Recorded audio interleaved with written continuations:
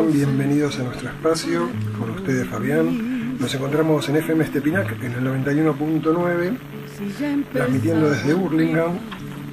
Y hoy estamos contentos porque pudimos rescatar un audio que nos llevó bastante trabajo editarlo, pero valió la pena. Es una exposición del padre Gerardo Sodin, quien es doctor en teología y vicerrector de la Universidad Católica de Argentina, y quien estuvo en la diócesis invitado por la Pastoral Bíblica.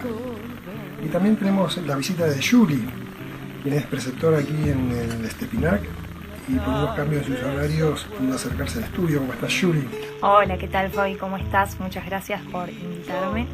Nos viene justito para el tema de hoy, porque está estudiando psicología y queríamos charlar con ella, preguntarle su opinión, si Dios es una construcción nuestra, una construcción de nuestra imaginación, si esa voz interior es algo que nos juega nuestra imaginación. Bien, pregunta compleja, ¿no? Si nosotros en realidad nos ponemos a pensar desde el lado de la psicología, sobre todo desde el psicoanálisis, ¿no es cierto? Digamos, Freud planteaba que esa vocecita interna que nosotros muchas veces sentimos cuando tenemos que tomar una determinada decisión o cuando nos enfrentamos en alguna situación compleja de nuestras vidas, él lo plantea como un esquema mental, ¿sí? Que se presenta entre lo que sería la conciencia y nuestro inconsciente, ¿no es cierto? Vendría a ser como esa arbitrariedad, ¿no es cierto?, entre la conciencia y el inconsciente. Y para la psicología, vuelvo a repetir, sobre todo el psicoanálisis, se plantea esa vocecita como a este esquema mental, ¿no es cierto? Ahora bien, si nos abocamos a lo que consideramos las personas que somos creyentes, esa vocecita, ¿sí?, la podemos relacionar con Dios, ¿no es cierto? Si bien nosotros nos hacemos una construcción, ¿sí?, imaginaria de Dios en cuanto a lo físico, me supongo, ¿no es cierto?, porque es algo que uno no puede ver, ¿sí? Digamos, lo que tiene que ver con su existencia o no, creo que está más ligado a la fe, ¿no es cierto?, y a la convicción que nosotros tenemos respecto a que Él existe, más allá de si lo puedo ver o no. Entonces creo que son como esas dos posturas, que no significa que un psicólogo, por ejemplo, no pueda considerar que igualmente esa voz interior está relacionada con Dios, ¿no es cierto? Entonces, bueno, me parece que ahí está también este debate, por decirlo de alguna manera. Bien, Jorge, muchas gracias. Y bueno, justamente el padre Gerardo, en su exposición, que vamos a escuchar ahora a continuación, nos va a clarificar esta cuestión, esa presencia que sentimos de Dios, ¿no es cierto?, cómo se va alimentando, qué es lo que va formando nuestra fe. Él, más allá de lo que podamos figurarnos como Dios, cuando Él irrumpe en nuestra vida, se cruza en nuestro camino, nos damos cuenta por un detalle: nos escucha y actúa. Eso que sentimos, que nos parece que es Dios, nuestra imaginación, o hay algo más y no sabemos, bueno, en un momento, como dice el Papa Francisco, nos primerea, Él se manifiesta, nos escucha y actúa acorde a lo que va dialogando con nosotros. Es impresionante, ¿no es cierto? Y eso es lo que va alimentando nuestra fe. Seguro. Y a diferencia de cualquier construcción del hombre, de lo que él puede llegar a imaginar, como decíamos recién, de lo que puede armar como un ídolo, Dios nos escucha y hace. Y nos invita a hacer lo mismo, a escucharlo y a hacer lo que nos dice. Y no solamente a Él, sino también a nuestro prójimo, a escucharlo para actuar solidariamente. Y de esto habla la Biblia del principio hasta el fin. Así que bueno, nosotros los dejamos con el padre Gerardo, va a seguir a continuación. Y bueno, Yuri, nos vemos en la próxima. Nos vemos en la próxima, muchas gracias.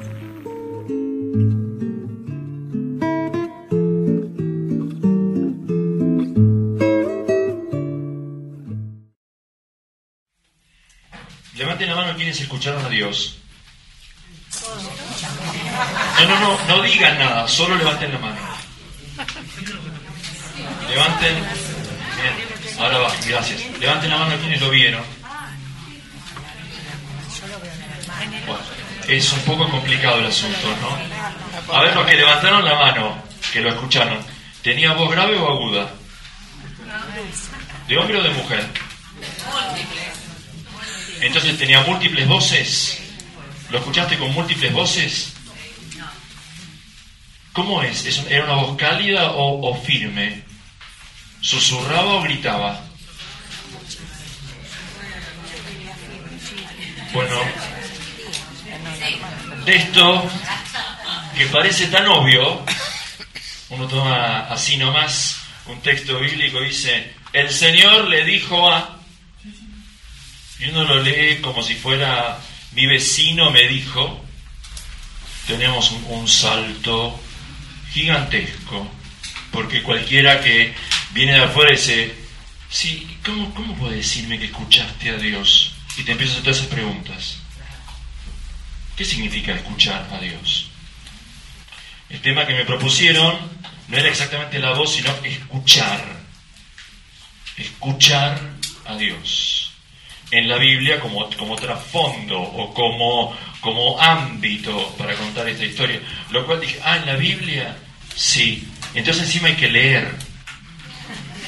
Porque la Biblia es un libro. Entonces tengo que leer o tengo que escuchar. Y de esto se trata. Nuestra fe, que viene en herencia de una tradición anterior. Cuando digo nuestra fe cristiana, viene de la fe de Israel. La fe de Israel ha dejado y sigue sosteniendo su testimonio en un libro.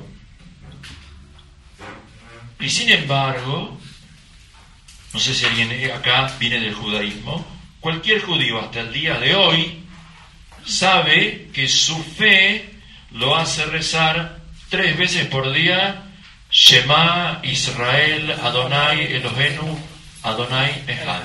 Escucha, Israel, el Señor nuestro Dios es uno, y amarás. Escucha. Y eso está en un libro, que después hay que copiarlo en una tirita chiquitita, muy chiquita, y enrollarlo, y ponerlo en una cajita, y ponérselo en la frente para rezar. Estas palabras quedarán, las pondrás en tus ojos y en tus brazos, se repetirás a tus hijos, como pegándose la palabra a la mente, al brazo, al corazón, para que escuchando a Dios pueda amar a Dios con todo el corazón y eventualmente amar al prójimo. Pero eso está en un libro. ¿Tenemos que leer o tenemos que escuchar? ¿O tenemos que leer de tal forma que, leyendo, escuchemos? Bueno, de esto me pidieron que hable. Entonces voy a compartir alguna cosa a partir de textos que todos conocemos. Quizás los cite y ustedes los puedan buscar. Quizás alguno, ya no vamos a poder proyectar, pero no importa, son textos muy conocidos y probablemente les suene como eco toda una constelación, una variedad de otros textos. Así que yo voy a empezar como compartiendo con ustedes una pregunta que le hicieron a Jesús. Está en el Evangelio según San Marcos, en el capítulo 12, versículos, voy a resumirlo, 28 y siguientes. Marcos 12, 28 y siguientes. Dice así: estamos con Jesús ya en Jerusalén, momento final de su enseñanza y su discusión. Marcos 12, 28 y siguientes.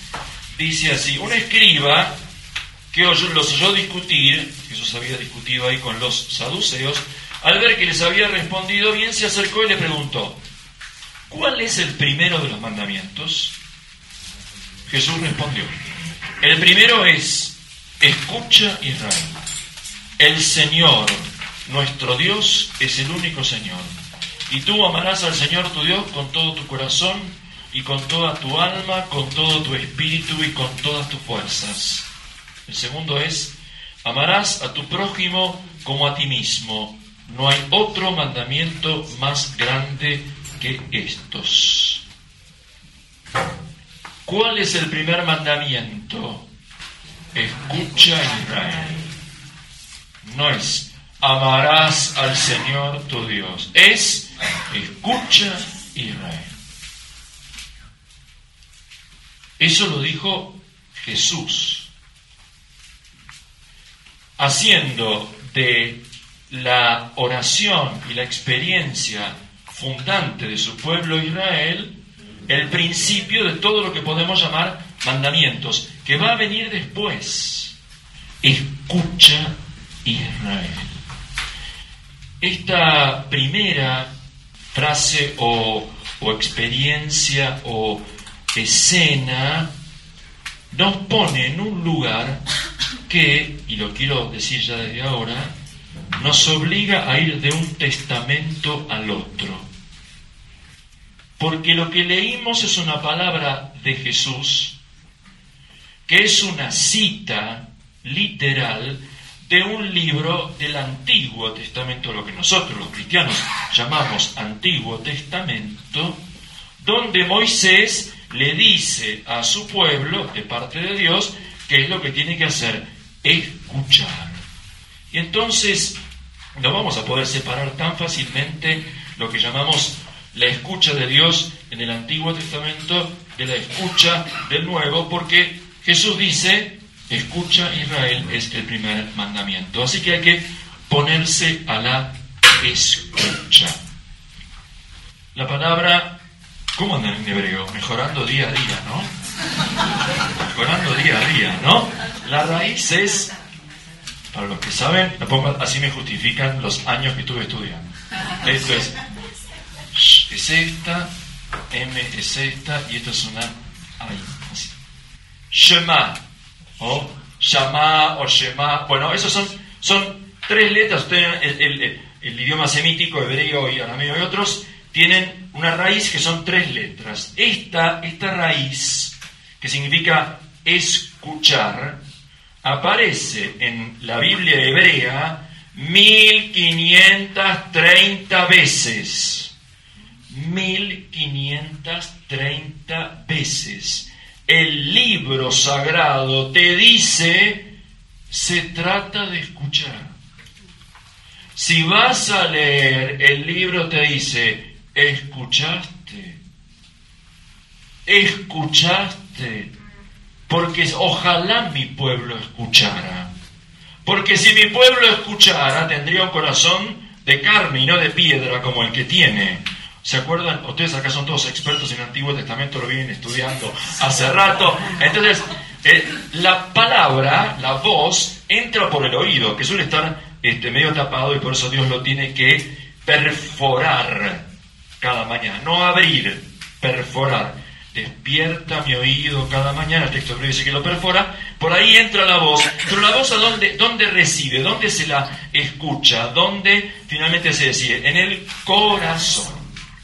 Y el corazón, según que escuche o no escuche, se mantiene un corazón de carne abierto o se endurece. Entonces, el que escucha, Dios le abre el oído, se lo perfora, la palabra entra la voz, la palabra entra al corazón y el corazón se transforma en un corazón que escucha. Y si un corazón escucha, la vida del pueblo cambia. El rey Salomón le tocó heredar lo que su papá David le había dejado, y según la tradición era un muchacho. Y entonces, allá al principio de su reino, dicen que se fue a Gabaón a ofrecer sacrificio. Esto está en el libro de los Reyes, ustedes lo conocen, yo solo lo repaso. Y dicen que en un sueño Dios se le apareció y le dijo, ¿se acuerdan qué le dijo Dios? Pedime lo que quieras. Miren si Dios se te aparece y te dice, pedime lo que quieras. A ver, habría que hacer alguna vez el ejercicio, ¿no? Tomar el texto y decir, ¿qué le pediría a Dios? ¿Qué le pediría a Dios? Imagínense. Pedime lo que quieras. Dice el texto bíblico que Salomón le dijo: yo tengo una misión. Tengo que ocuparme del pueblo, de la gente, y no lo sé hacer. Es un pueblo muy grande y yo soy muy chico. Entonces, te pido una sola cosa. ¿Qué es lo que le pidió? No. Le pidió un lev shomea, un corazón que escuche. Así dice literalmente el texto hebreo. Lev shomea, le llama. Un corazón que escuche. Después eso se hace sabiduría. Pero cuando uno dice sabiduría, piensa en alguna cosa elitista rara, doctrina, qué sé yo, medio exótica, que son... No. Porque si el corazón escucha, el rey ¿qué va a hacer? Justicia. Y eso es lo que quiere Dios. Si sos rey, tenés que hacer justicia. ¿Y se acuerdan lo que pasó cuando se despertó y dijo, era un sueño o era verdad? Como es en un sueño, ¿vieron lo que pasa con los sueños en la Biblia y en la vida? Uno se despierta y dice, era solo un sueño. Sigo siendo un pobre mortal igual que cuando me fui a dormir. O algo me dijo este sueño que pueda tener que ver con lo que sí. Entonces el relato bíblico dice que le trajeron esas dos mujeres, ¿se acuerdan? Que habían dormido juntas y que una había muerto el hijo de una y no había manera, no había testigo, no había nada. Y Salomón, el famoso juicio salomónico, discierne, ¿no? Traigan una espada, apartan a la niña por el medio, un poquito fuerte el estilo de justicia salomónica, pero quedó como refrán, ¿no? Justicia salomónica es ni tuyo ni mío, lo partimos por la mitad, nos quedamos en el medio del relato. Porque justicia salomónica no es eso, es escuchar. La justicia salomónica no es la espada que parte a los inocentes por el medio, sino el corazón que escucha el grito de la madre y dice, dénselo a ella. ¿Se acuerdan la historia, no? Dénselo a ella. Entonces cuando Salomón escuchó, dijo, esa es su madre. La espada es solo la ocasión para que venga el grito de la entraña, que cuando un corazón lo escucha, puede hacer justicia. Justicia no es partir por el medio, ni tuyo ni mío. Justicia es escuchar el clamor de la víctima, del inocente, y hacerle justicia. Entonces dice el texto, Israel supo que tenía un rey que hacía justicia. ¿Por qué? Porque Dios le dio un corazón que escucha. Y no le dio riquezas, y le dio todo lo demás como abundancia, como regalo, pero fíjense qué aprecio tiene en la cultura bíblica, que es una cultura de palabra, del valor de la palabra, del compromiso de la palabra, si escucho o si no escucho. Y estamos hablando de la posibilidad de escuchar a Dios, que empieza por la posibilidad de escucharnos entre nosotros. ¿Ustedes se acuerdan? Allá al principio, el relato del Génesis, del origen del mal, o en la primera experiencia del mal, la sorpresa ante el mal, que hace que Dios salga ahí por la tardecita a caminar por el jardín y pregunta, el primer diálogo, ¿dónde estás? ¿Dónde estás? Y entonces el otro sale, todavía no tiene nombre, sale y le dice, oí tus pasos, la voz de tus pasos, y tuve miedo porque me di cuenta que estaba desnudo y me escondí. ¿Quién quiso ver que estabas desnudo? Entonces el tema de escuchar la voz. ¿Vieron esos los chicos que están esperando que vuelva papá o mamá del trabajo y ya antes vienen por el pasillo, los pasos, ya la puerta, y todavía no dijeron, y ya saben que viene? ¿Y si se mandaron una macana? No, y si corremos a la puerta porque se anticipa se anticipa la voz a la persona y como voz siempre es clamor para que alguien responda, desde un grito hasta un susurro, hasta una conversación. Voz es presencia que quiere hacerse presente, que rompe la monotonía del silencio y de la nada para esperar alguna respuesta. Toda palabra de alguna manera provoca. No solo voca, llama, sino provoca. Te llama a hacer algo con eso. Algo, ahí está la voz, ¿no? Entonces, la capacidad o no de escuchar y la reacción ante esa palabra que según escucho me esconde o me expone, me compromete o me asusta y me escapo. Creer es escuchar, pecar es no escuchar. Esta es la historia bíblica. Toda la Biblia entera se concentra en esta palabra, afirmada o negada. Si escuchan, vivirán. Si no escuchan, van a morir. No porque Dios los condene, sino porque se quedan solos, hablando entre ustedes, sin escuchar la palabra de la vida. La escucha llama e interpela a la fe. Y el no escuchar, la rebelión, la rebeldía, el rechazo, deja al humano, al ser humano, a la comunidad, al pueblo, a merced de los que tienen boca pero no hablan. ¿Que son quiénes? Los ídolos. Los ídolos. Esa es la diferencia. Los ídolos son mudos. Son mudos. Esperan que uno les hable, los alabe, les sacrifique, los lleve en procesión, se ofrezca, pero tienen nariz y no huelen, tienen boca y no gustan, tienen ojos y no ven, tienen oídos y no oyen, tienen boca y no hablan. No se puede tener una comunicación. No se puede. Esos son los ídolos. Piden todo de nosotros y no se comunican dando nada.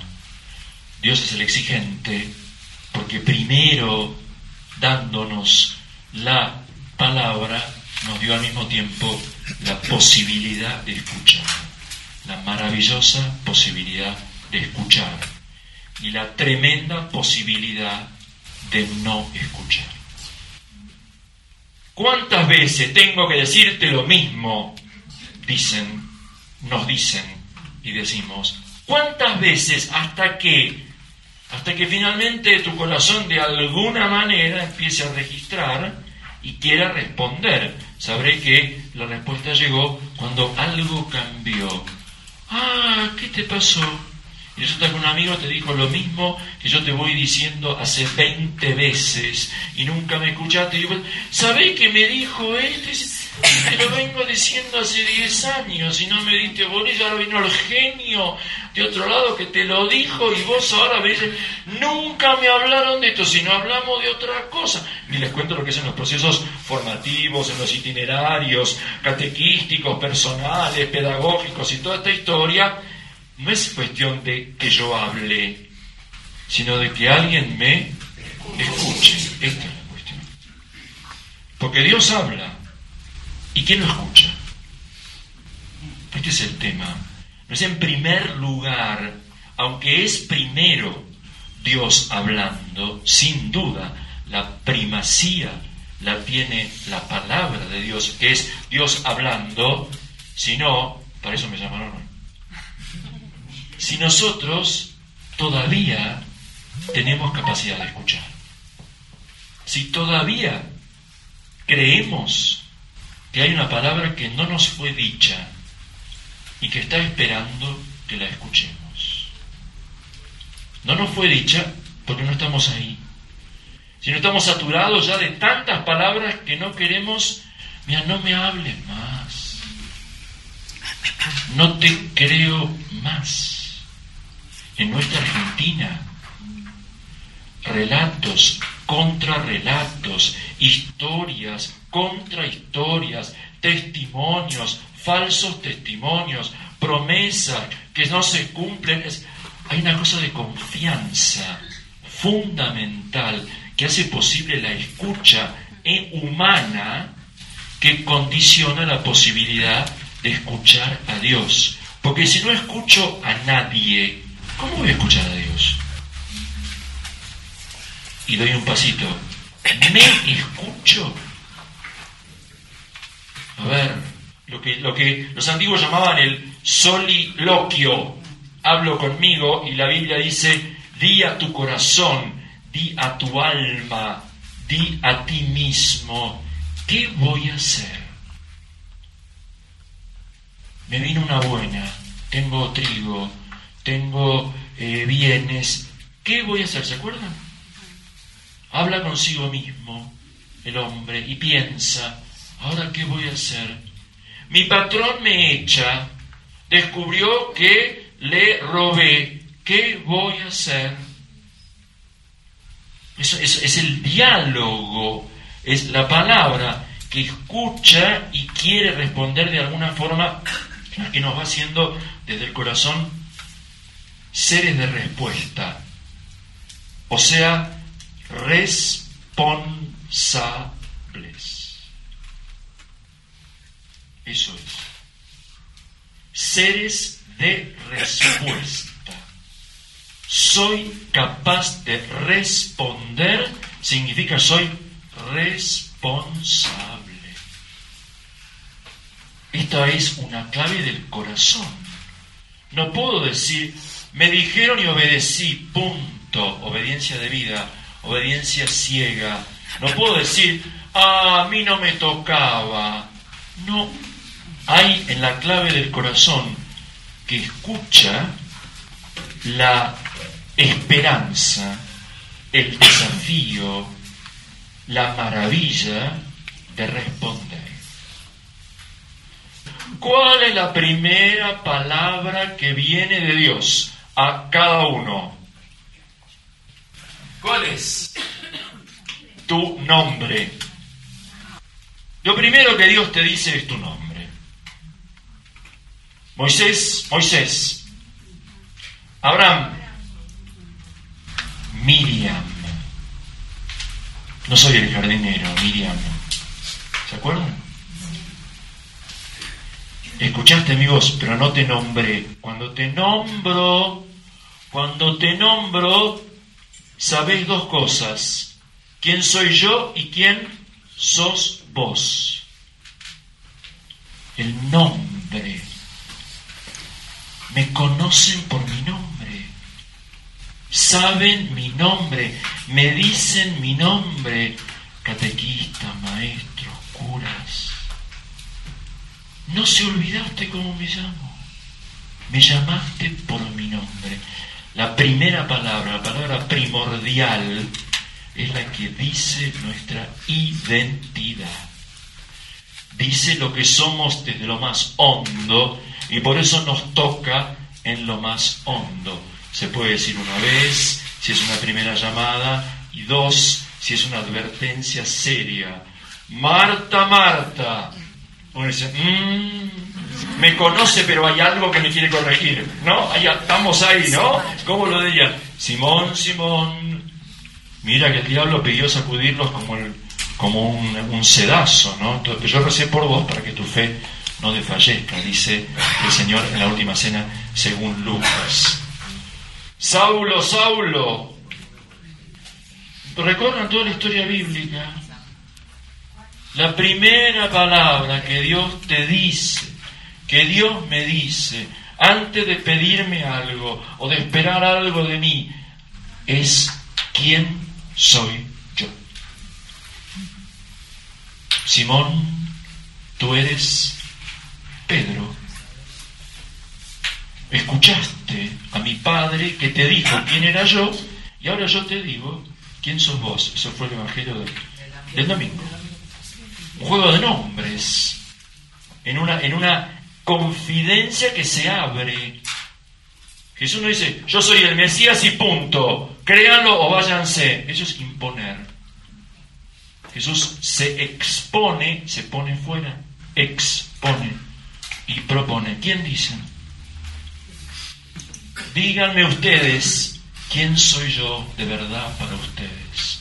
Y entonces, en ese espacio de confianza, de corazón que escucha, acontece la verdad. Y, para cerrar el episodio del Evangelio, ¿qué hace esa verdad nueva? Abre a que otros entren.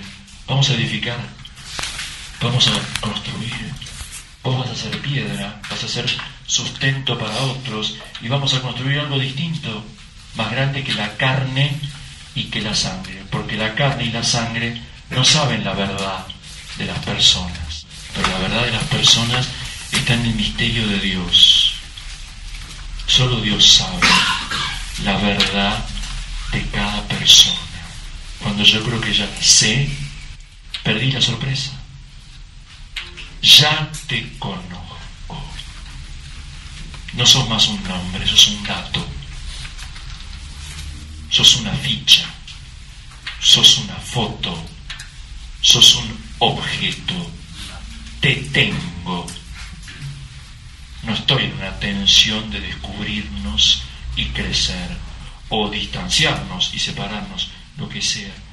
Esto tiene que ver con lo radical que es un Dios que no se ve para que se le saque una foto y se lo guarde antes en una billetera, ahora en un celular, que diga, este es mi nieto, este es mi sobrino, todos ponen, las abuelas ponen todas fotos de nietos. Esto es una foto. Esto es una foto. ¿Qué tengo la foto de, ¿no? Tengo la foto de Dios. ¿Se acuerdan el Evangelio de Tomás? Señor mío y Dios mío, si Tomás hubiera tenido un celular y le saca una foto a Jesús, ¿no? ¿Sale la foto? Ajá, amigas y amigos, ¿qué es el Señor resucitado? ¿Quién es? ¿Sale una foto o no sale?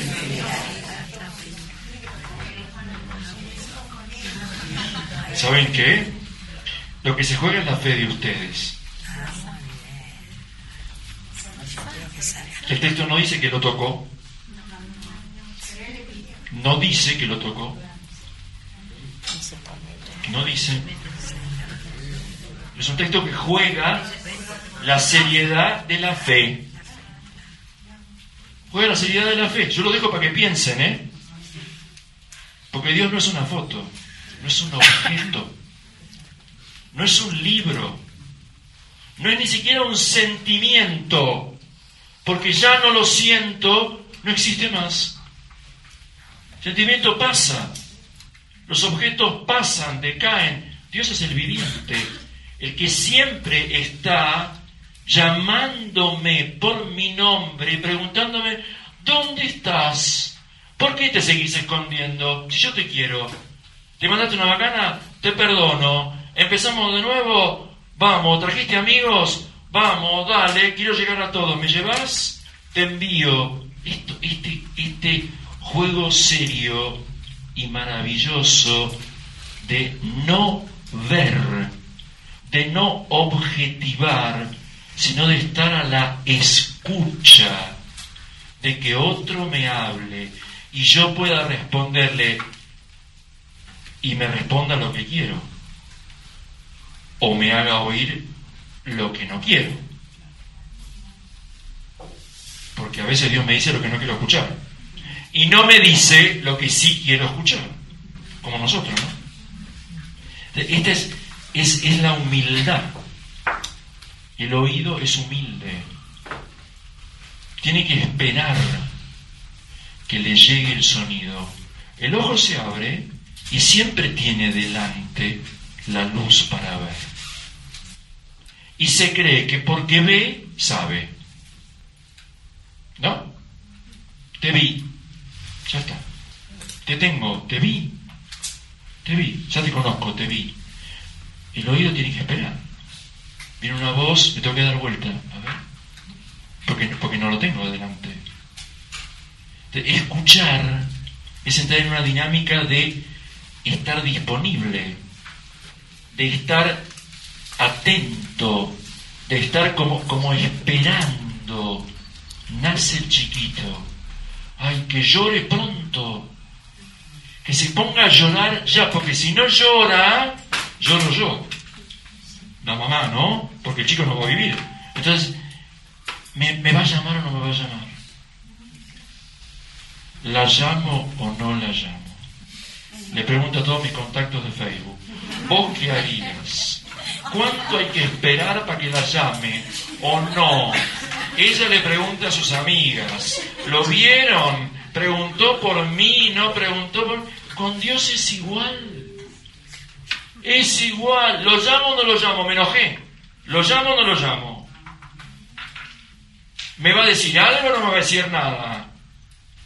Doy vuelta las estampitas, ¿no? O sea, esto, qué sé yo, no voy a misa, no sé, todas estas cosas, ¿no? Porque es así, ¿o no es así? Digo, yo de donde yo vengo es así, no sé cómo, pero de donde yo vengo es así. Esto te pone en riesgo tu cuerpo, tu libertad, tu corazón, te implica en una historia de vida, donde vos podés, afinando el oído, estar atento a que quizá puedas percibir una voz en medio de muchas voces que es distinta. ¿Y cómo te das cuenta que es distinta? Ahora viene el tema del discernimiento, que es mucho más complicado, porque no, es mucho más complicado, pero algo de eso vamos a tener que decir. ¿Por qué? Y esto, yo pongo, enuncio el principio teológico, después vemos la conclusión práctica, ¿no? Cuando Dios dice, hace. Entonces, si una voz no hizo nada, no es de Dios. Punto.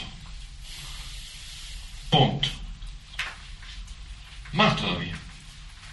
Yo creo que Dios es bueno, no sé usted qué. A veces puede haber alguna duda, pero en principio uno puede pensar que Dios es bueno. Entonces, lo que hace es bueno. Entonces, si una voz hace algo malo, no es la voz de Dios. Punto. Y malo es confusión, malo es división, malo es enfrentamiento, malo es soberbia. Bueno, póngale todo lo que hace daño, que puede venir de una palabra o de una voz, y que viene de voces. Es decir, bueno, pero ¿no será que acá habrá algo que Dios quiere decirme? No.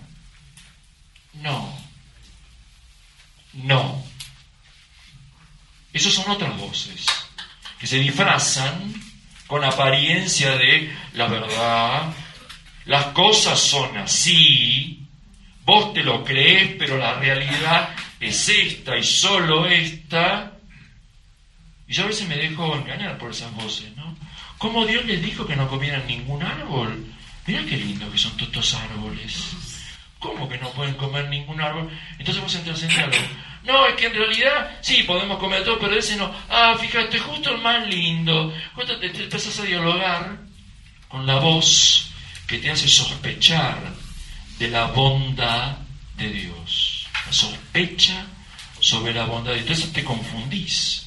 Ya no sabes qué es lo que Dios te dijo y lo que no te dijo. Y poco a poco terminás diciendo, no tendría que haber escuchado esa voz.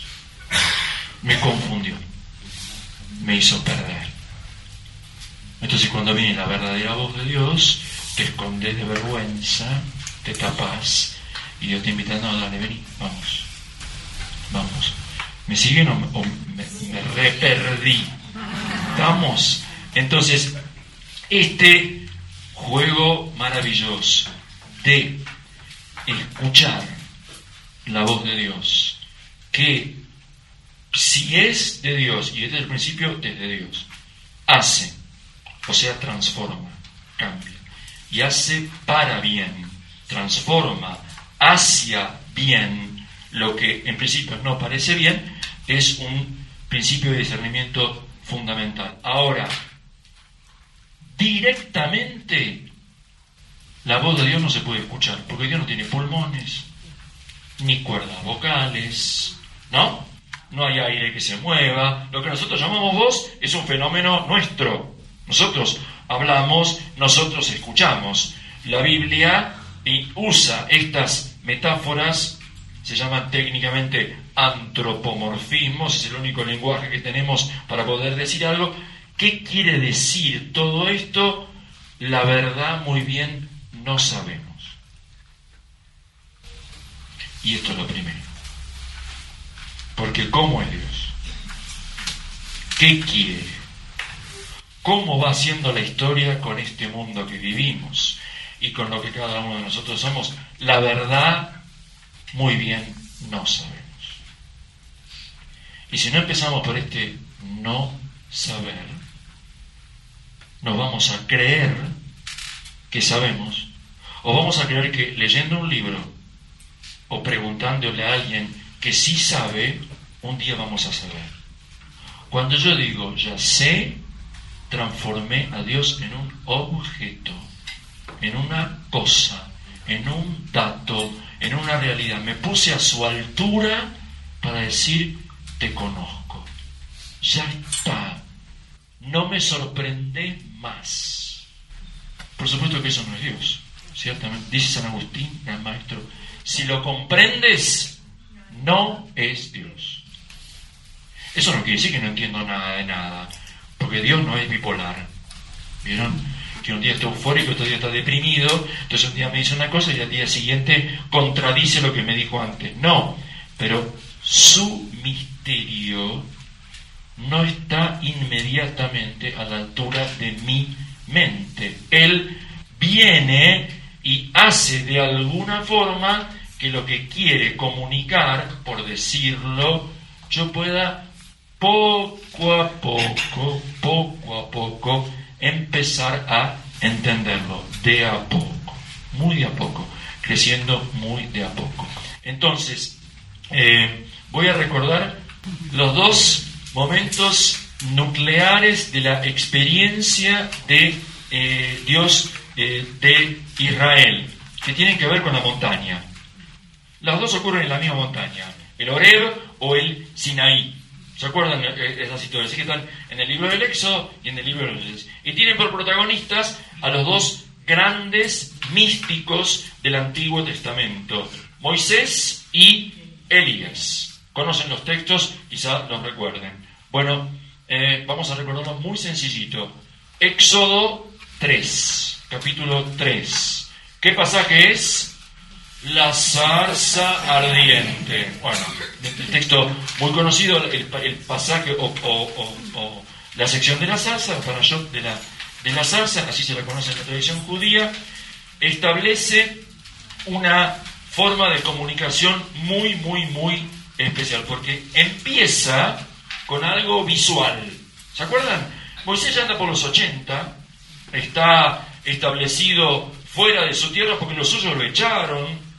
Los egipcios lo perseguían para matarlo, los suyos no le dieron bolilla, se quedó afuera, se fue a una tierra extranjera, hizo su familia, tiene hijos, ya está, ya Dios no, ya está, fue. Intentó, pero no pasó. Bueno, a los 80, está ahí pastoreando, ¿se acuerdan? Y de repente ve algo raro, ve una cosa que no puede ser. Una zarza que con fuego no se quema. Ustedes saben que la zarza se quema de nada, lo ponen. Entonces, hay algo como una paradoja, una contradicción, que es el estilo de Dios, la contradicción. Es así, es la contradicción. Si su estilo es la contradicción, a nuestro juicio. Entonces vos tenés espinas, o sea, dolor, y fuego, o sea, poder destructivo. Pero este fuego no destruye. ¿Cómo se ponen juntos? No se pueden poner juntos. Si pones fuego, no pones espinas.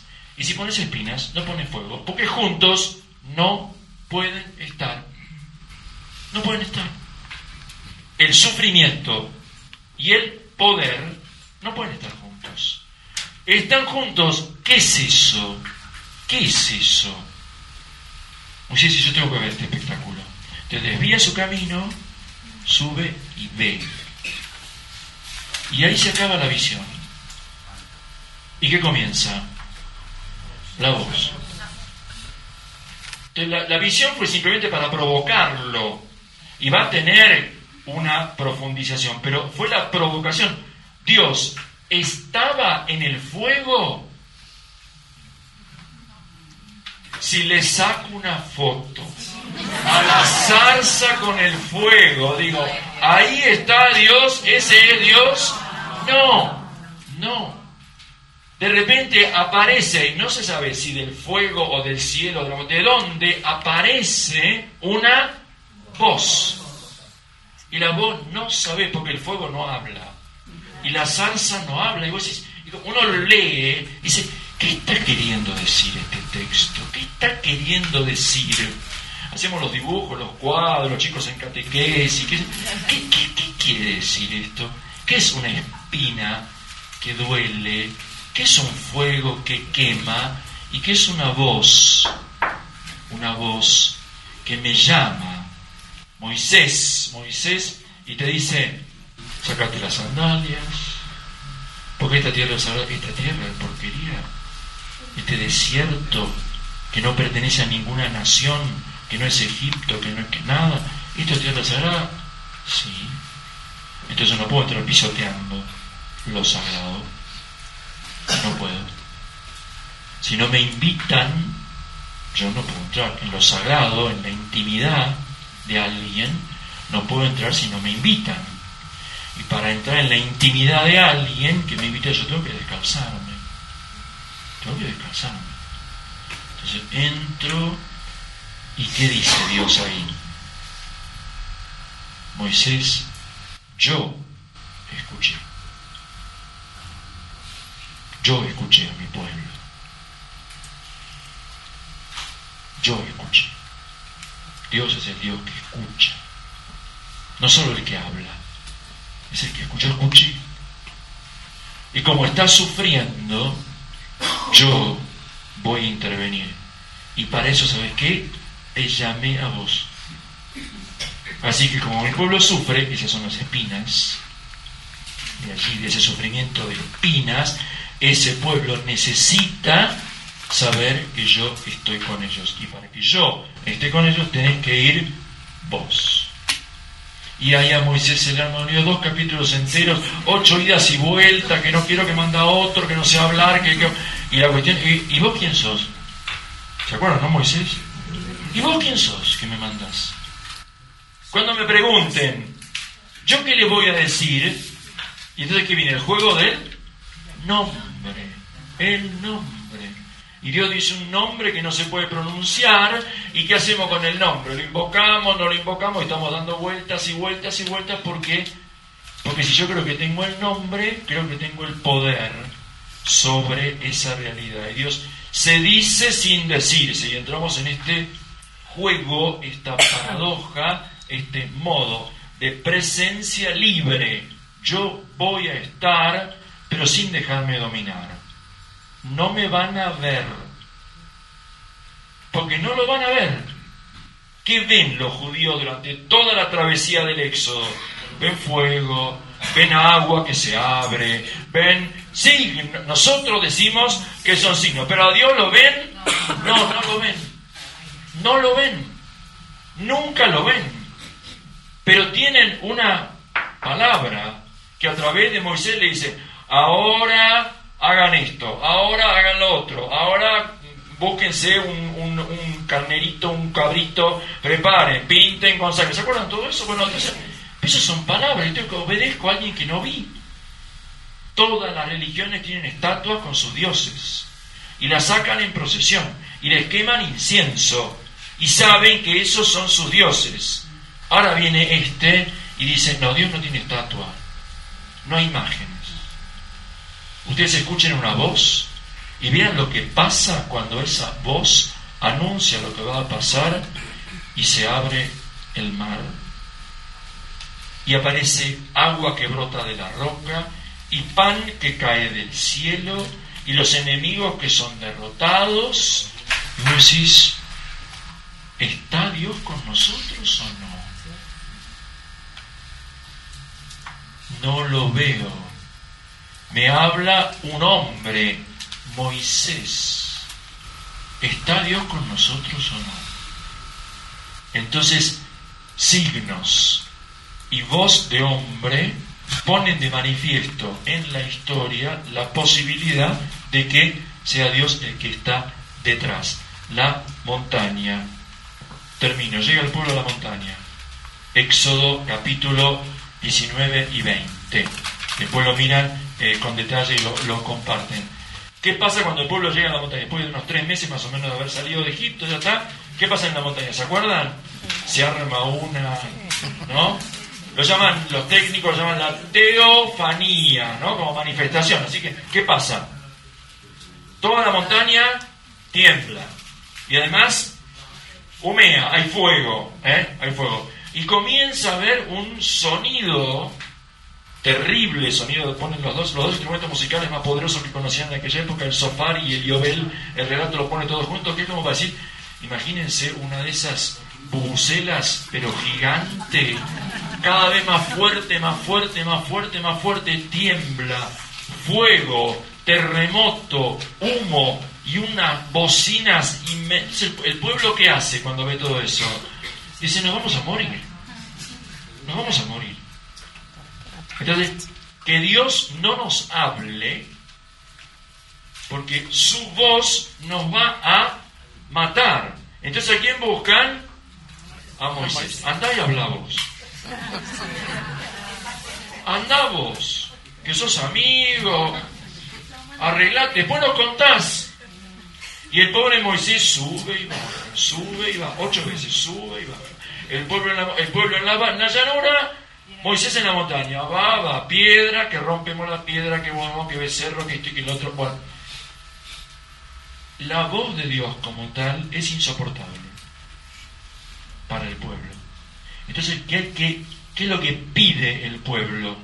Que la voz de Dios venga en la palabra de un hombre. Que esté con Dios allá, y yo sepa que lo que me trae viene de Dios, pero que me lo diga de manera que yo lo pueda entender. Entonces ese es el escándalo, y lo digo simple, así vamos a descansar, que lo divino viene a través de lo humano, y solo a través de lo humano. Y si yo no estoy abierto a lo humano de los otros y mío, pues me voy a perder lo divino, porque el único lugar donde se manifiesta la comunicación de Dios en la tradición judía, que se planifica en Jesús, es la humanidad. Si Dios se mostrara como es, moriríamos en el instante. Si se comunicara como es, nos sería inmediatamente imposibilitado toda la realidad. Entonces, para comunicarse con nosotros, Él, teniendo lo que llama la condescendencia, pensando que está arriba, elige que como nos creó para escuchar, nos va a hablar de manera que podamos poco a poco entenderlo. Ahí aparece una forma escrita, porque de la conversación de Moisés con Dios aparece una forma que son 10 palabras. Nosotros lo llamamos a esto los 10 mandamientos. El texto dice son 10 palabras donde hay una voluntad escrita. Esto es lo que Dios quiere, manda, pide y espera para la alianza. Y el pueblo que escucha eso dice, ¿se acuerdan ahí en el capítulo 24? No entro en detalle. Un gran sacrificio, Moisés tira la mitad de la sangre sobre el altar y la mitad de la sangre sobre el pueblo y dice, esta es la sangre de la alianza. ¿Recuerdan? Sangre como vida compartida. Y el pueblo dice, nosotros escucharemos y obedeceremos. O sea, la escucha implica poner en práctica, no simplemente va a entrar por un oído y va a salir por otro, o va a quedar como una idea, porque la palabra que Dios propone es una palabra para hacer. Es una palabra que la palabra de Dios hace cuando actúa en la historia, pero cuando es confiada a la libertad de la persona, le da a la persona la posibilidad de hacer. Ustedes amen, ustedes oren, ustedes alaben, ustedes perdonen. La forma suele ser como un imperativo, pero lo que hace es despertar en el corazón lo mismo que ocurre en Dios. Dios habla y hace. Le da al humano, al hombre, a la mujer, al pueblo, la misma. Te doy una palabra para que puedas hacer, para que tu palabra construya, para que tu palabra fecunde, para que tu palabra dé vida, como es mi palabra, porque en el fondo es una continuación de la misma palabra de Dios. Somos seres de palabra, desde la palabra, de lenguaje, y por lo tanto desde ahí estamos invitados. Entonces el pueblo dice, sí, escucharemos y obedeceremos, o sea, vamos a poner en práctica esto. Y comienza una historia de alianza que pasa por todas las vicisitudes hasta que finalmente el pueblo en la tierra, confundido con los Baales, que son ídolos, se pierde. Bueno, ustedes recordarán ahí, influido por un poder corrupto que corrompe, por falsos profetas que mienten en nombre de Dios, etcétera, etcétera, etcétera, aparece Eliyahu. Él es mi Dios, Elí, mi Dios, Yah. Es el inicio del nombre sagrado. El Señor es mi Dios. El nombre que nosotros decimos Elías el nombre es una profesión de fe. El Señor es mi Dios, no los otros, no los Baales. Su mismo nombre dice su fe. Entonces, Elías, ¿se acuerdan? Arma en el Monte Carmelo un espectáculo digno de Hollywood en sus mejores superproducciones. Bueno, ahí cae fuego del cielo porque el Dios de Israel es el Dios que escucha. Están los 400 profetas de Baal, horas y horas, sangrándose, danzando y qué sé yo, y como son Baales no escuchan. Y como no escuchan, no intervienen. Entonces, ¿qué pasa? Nada. Y eso es lo peor. Que no pasa nada. Cuando es Dios, pasan cosas. Y porque pasan cosas sabemos que es Dios. Si no pasa nada, es pura construcción nuestra. Es ídolo. Entonces, Elías hace ese sacrificio y después él tiene que huir. Le agarra el miedo, al gran profeta para el pueblo, le agarra el miedo, el capítulo 19 del primer libro de los Reyes. ¿Y a dónde huye? Hace lo que algunas interpretaciones espirituales dicen un retorno a las fuentes. Entendiendo, es un poco extraño, esto daría para mucho, como hay que volver al pasado, porque en el pasado hay una fuerza, hay una verdad que el tiempo nos hizo perder. ¿Se entiende lo que quiero decir? Es como que nos fuimos perdiendo, deteriorando, como desgastando. Entonces, para recrearnos tenemos que ir para atrás. Perdón que lo diga, ¿no? Las fuentes no están atrás, están en lo profundo. No se trata de ir atrás, se trata de ir a lo hondo.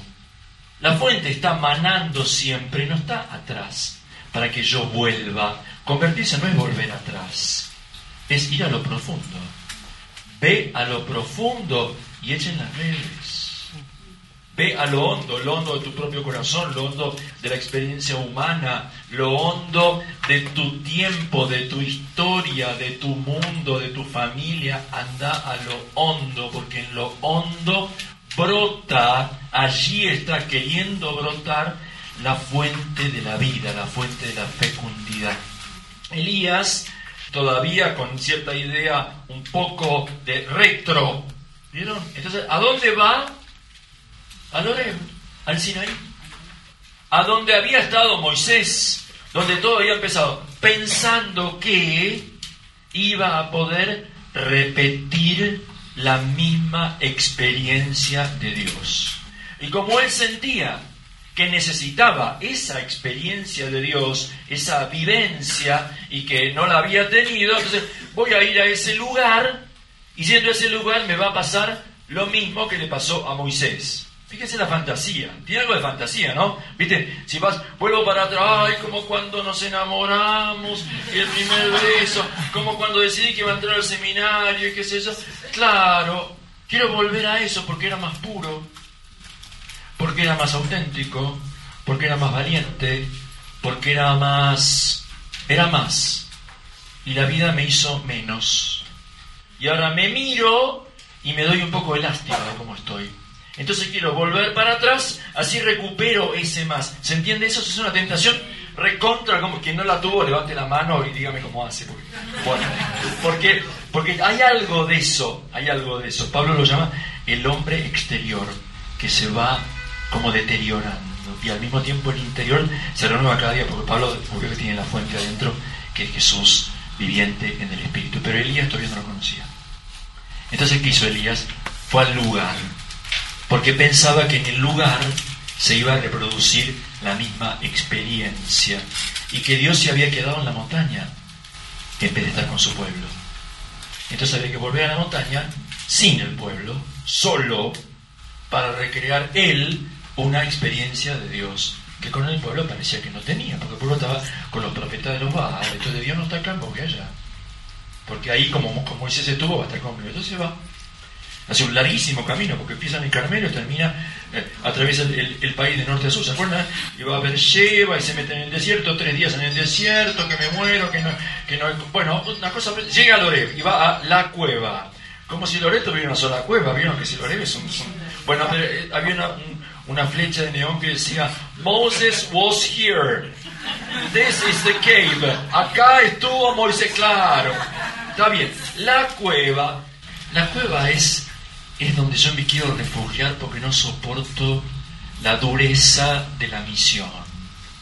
Cuando me escapo y necesito la guarida, el útero, el nido, es eso donde no, porque es muy duro lo de afuera. Entonces me escapo, por lo menos acá, la cueva, voy ahí. Entonces entró ahí y leímos la lectura hace muy poquito en misa, un domingo como primera lectura, ¿se acuerdan? Entonces, ¿qué pasó mientras Elías estaba en la montaña de Moisés y en la cueva de Moisés? ¿Qué le pasó? ¿Qué pasó? Pasaron cosas.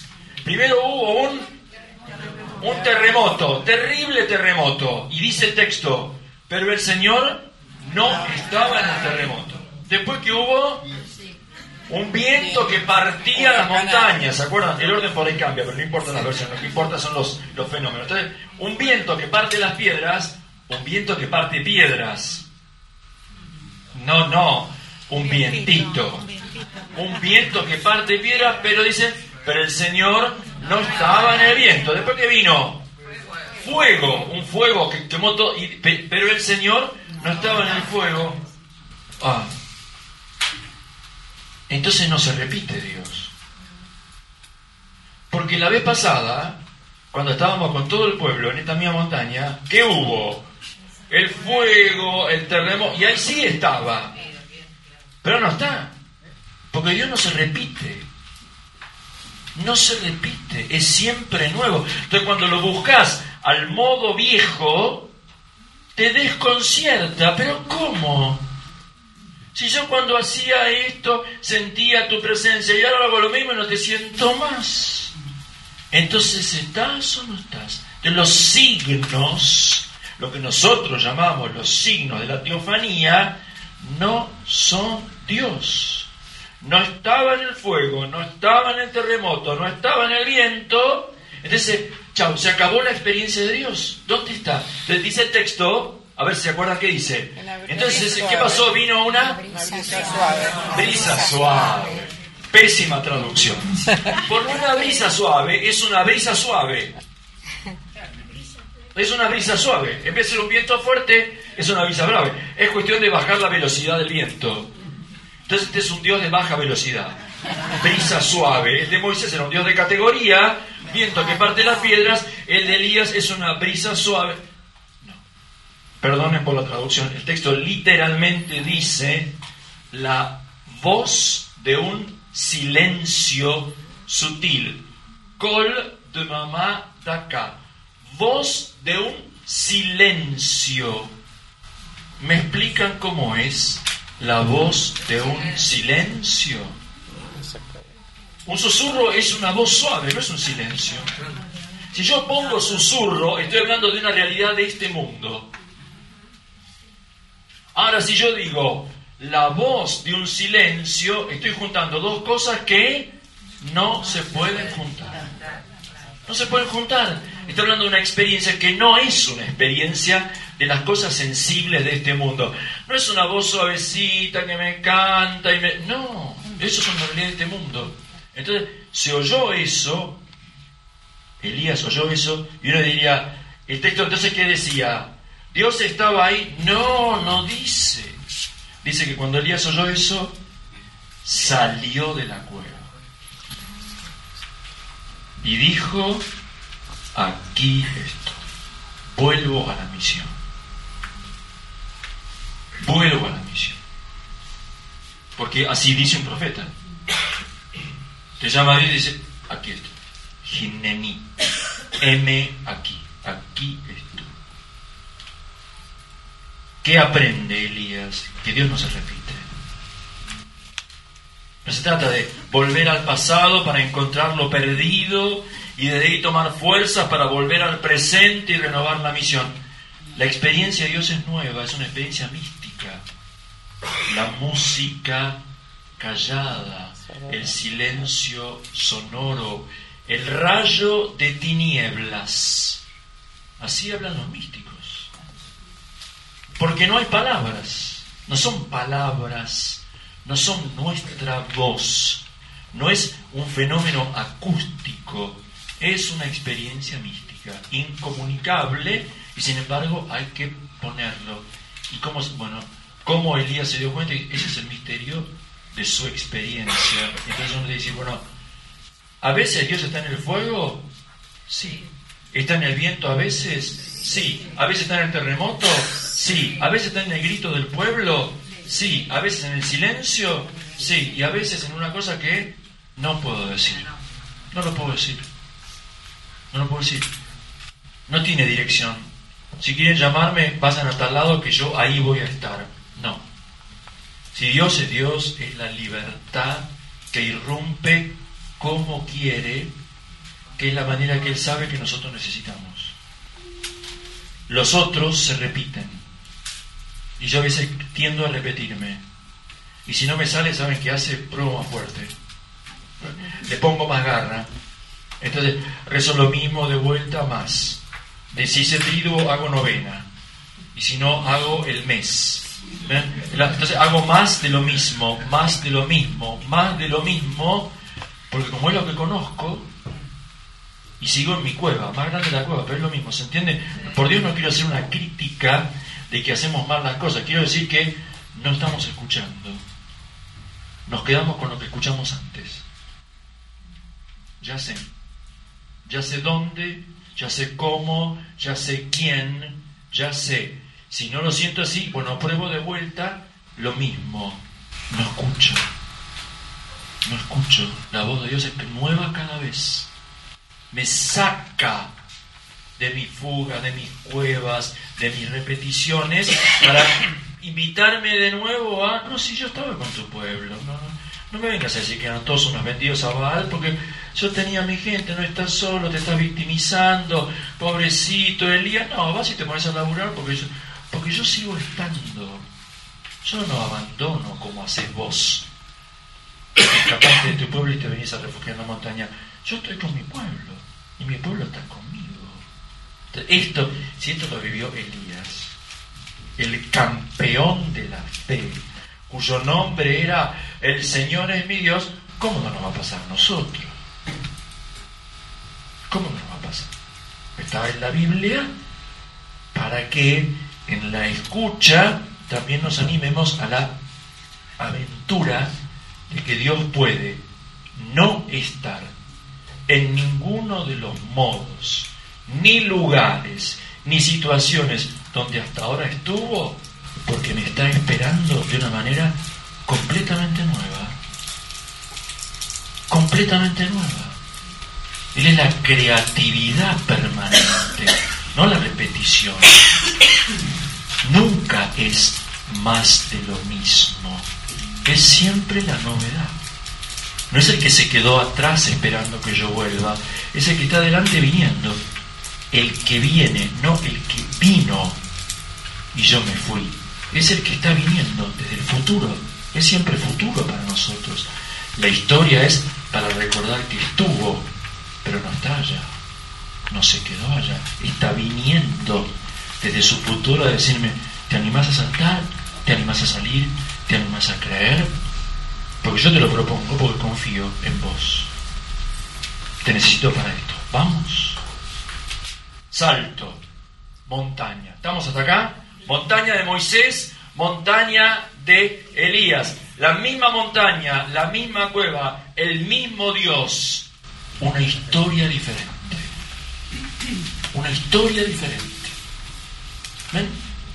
Fíjense, gente, vamos a volver al lugar donde nos conocimos. Después de 25 años, no era así. Acá había otra cosa. El banco está oxidado. Vamos a volver a la escuela primaria. No, estos mocosos insolentes pintan todo. Nosotros, nada es como era. Nada es como era. La sensación es, qué lástima, ya, y guardo como lo bueno es lo que quedó atrás. Y como cada vez tengo más cosas atrás, cada vez tengo menos cosas buenas. Esa es la tentación. Salvemos lo que se pueda, porque nos ahogamos. No, esa es la peor tentación, es la peor tentación. Es reducir lo que de Dios escuché a solo eso y no estar abierto cada mañana que Dios me diga una palabra nueva. Lo mejor de nosotros, ninguno lo ha vivido todavía. ¿Porque quién estuvo en el cielo? Menos mal. No. Ser humano siempre es más esperanza que pasado, siempre. Aún en el último estertor de lo que llamamos muerte. Aún en el último momento es mucho más esperanza que pasado. Si la historia está, es para saber que Dios es fiel. Dios es fiel. Y tiene un proyecto para mí, que hasta ahora apenas empiezo a vislumbrar. Apenas. Vamos a una montaña del Nuevo Testamento. Hoy tenemos un rato, ¿no? Vamos al Nuevo Testamento. Una montaña alta, después de que Jesús anunció a sus discípulos, escandalizándolos, porque no podía ser de otra manera, que Él, a quien lo reconocen como Mesías, no iba a ser un Mesías de gloria, no iba a ser un Mesías de triunfo político, económico, cultural, como quieran, sino que el Hijo del Hombre es necesario que, ¿se acuerdan? Que sea rechazado, que sea entregado, que sea condenado y al final va a resucitar. Y eso provoca un shock tan grande que, por única vez en el transcurso del ministerio público de Jesús, Jesús no puede arreglar las cosas porque es el que las provocó. Entonces, les dije cuál es mi misión, cuál es el sentido de mi entrega, y porque se los dije, ustedes se escandalizaron. Entonces, ¿quién va a arreglar este vínculo, esta crisis de fe entre Jesús y los discípulos? Si Jesús la provocó, diciendo su verdad, no la puede arreglar, porque va a decir, no, en realidad no es nada que me maten. Total, después voy a resucitar, no pasa nada. No se asusten. No, vamos en serio. Ahora él dice, bueno, entonces los apóstoles pensaron, este nos lleva al muere. ¿A quién estamos siguiendo? Estamos siguiendo a un hombre popular, a un líder, a uno que dice la verdad y hace el bien, que resucita muertos, purifica leprosos, sana enfermos, calma las tormentas. Es un campeón. Ahora me dice que lo van a matar. ¿Nos habremos equivocado? En todo. Por Él dejamos todo. ¿Nos habremos equivocado en todo? mamá, ¿todavía estás en Cafarnaúm? Papá, ¿le alquilaste las redes a otro? Porque volvamos allá. Porque capaz que me equivoqué. ¿Quién no siente alguna vez que hizo todo mal? Porque las cosas no salen como se supone que tienen que salir. Porque si uno hace la cosa bien, le tiene que ir bien. Pensamos, qué sé yo. Y muchas veces no da. Crisis de fe. Fe vínculo, fe discipulado, fe relación. El único que puede arreglar eso es Dios. Por eso interviene Dios en el Evangelio, que es la única vez que interviene, en la transfiguración. Dios así que desde el principio se corrió para que actúe el Hijo. Y el Hijo llame y haga y desarrolle todos. Ahora, cuando el Hijo dice quién es Él, espanta. Si el proyecto puede seguir, la única forma que siga es que Dios intervenga. Y la única vez que interviene en todo el ministerio público de Jesús. Dios no aparece nunca, salvo ahí. Entonces, ¿dónde aparece? En el bautismo apareció al principio, pero no había nadie, no había apóstoles, no había crisis de fe, no había nada. Ahí no había ningún problema, estaba Jesús solo, no hay ninguna crisis de fe. Es simplemente una es el lanzamiento. En el lanzamiento está, vamos, pero no había nadie. Entonces se corrió después y su discreción es tan grande que, y esto es importante, por lo menos algunos, parece que no existiera. Dios es tan discreto que parece que a veces no está. No habla, no hace. Le pregunta, no te contesta otra cosa, no está, qué sé yo, como el ídolo de los profetas de Baal. Pero se corrió hasta que en la transfiguración aparece. Entonces, ¿se acuerdan de la transfiguración? El relato está en Marcos, Mateo y Lucas, de distintas, con pequeñas variantes, pero los símbolos son muy fuertes y son muy conocidos. Está la montaña, está la luz de la gloria que envuelve a Jesús y le transfigura el rostro, como Moisés se le volvió el rostro radiante cuando estaba en la montaña, y los vestidos, ¿se acuerdan? De una blancura deslumbrante que ningún tintorero de este mundo traducen ahí, Marco, para que quede claro que no es blanco ala, blanquísimo, de que un solo lavado, no, es un blanco pero tipo como que no es blanco, ponele, qué sé yo, o sea, ¿qué lenguaje vas a decir para decir la gloria? En India dirían negro, porque tienen otro código de colores. Pero en el occidente, por lo que nosotros llamamos occidente, porque somos el centro del mundo, nuestra manera de decir es el blanco radiante. Entonces Jesús se vuelve radiante. ¿Y quién aparece con Jesús? Los hombres de la montaña. Elías y Moisés. Por eso están Elías y Moisés. Porque son los dos que, viendo cara a cara a Dios, que es una manera de decir, los que tuvieron la experiencia íntima de la comunión con Dios para su pueblo, son los que traían de Dios una palabra para el pueblo. Moisés, las tablas de la ley; Elías, la palabra de los profetas, como símbolo, la ley y los profetas. No digo nada nuevo, pero traigo. Entonces ahora, están ahí y resulta que no le están hablando al pueblo, están hablando ¿con quién? Con Jesús. Y los otros tres pobres que están ahí tratando de ver ¿qué es esto? No entienden nada. Cuando Pedro, por supuesto, algo tiene que decir y dice, bueno, qué bien, yo si quieres voy a construir 3 carpas, o sea, 3 cuevas, o sea, vamos a fijar esto, vamos a fijarlo, vamos a fijar, quiero que dure, ay, por favor, que dure. Es tan lindo, pero las cosas lindas, ¿vieron? No duran. Entonces Pedro dice que dure, y como es un scout, dice, vamos a hacer 3 carpas. Muy generoso, Pedro es un scout, es un explorador del reino. Y sí, por eso Jesús le da la llave, si vos sos vamos. Dice, vamos a hacer 3 carpas. ¿Qué es lo que hacen los scouts cuando encuentran un lugar lindo? Vamos a hacer carpas acá. Qué lindo que estamos acá, hacemos carpas. Muy bien. Entonces Pedro dice, no sabía lo que decía, claro, ¿qué va a decir? Pobre. Y entonces viene la nube. ¿Y la nube a quién cubre? A todos. Entonces, ¿qué hace la nube? Obvio, ¿no? Que ya no puedas ver. Entonces se acabó la visión. Ya no se ve. ¿Vio lo que son a la mañana de la niebla? No ves un pomo. Bueno, imagínate una que hace Dios, no es cómico. O sea, si Dios te pone en la nube, te aseguro que no vas a ver nada. Absoluto, esa nube de verdad, nube divina. No ves nada. Una nube luminosa que hace sombra, dice el texto. Explíquenme los meteorólogos cómo es una nube luminosa que los cubre con su sombra. ¿Qué es una nube luminosa que cubre con su sombra? ¿Ven la contradicción de los símbolos? Para tratar de decir lo divino, tengo que decir cosas que nada de lo nuestro pueden ni siquiera asemejar. Entonces, ¿qué es lo único que queda en medio de esa nube? Una voz. Una voz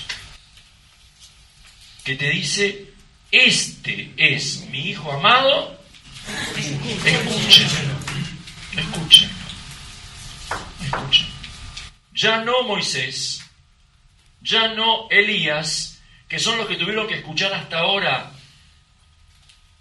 Ahora hay que escuchar a Jesús. Y cuando se corre la nube, ¿quién está? Jesús solo. Solo se concentra la experiencia de la voz en la persona de Jesús. No dice escuchen la palabra de Jesús, dice escúchenlo a Él.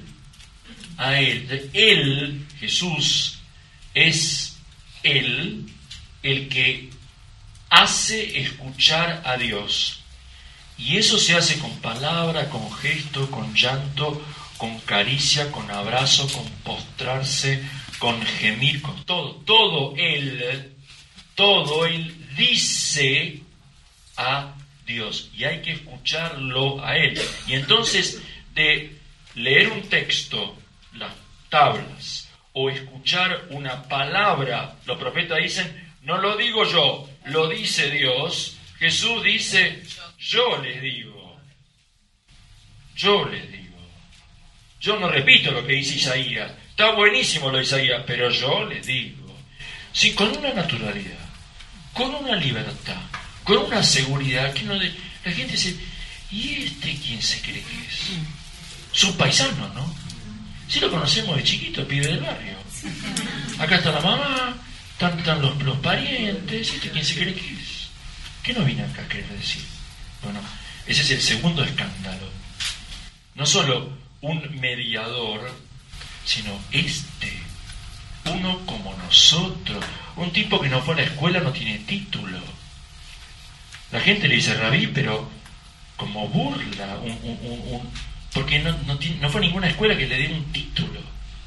La gente sencilla le dice maestro, como nosotros le decimos a una persona sabia que es un maestro.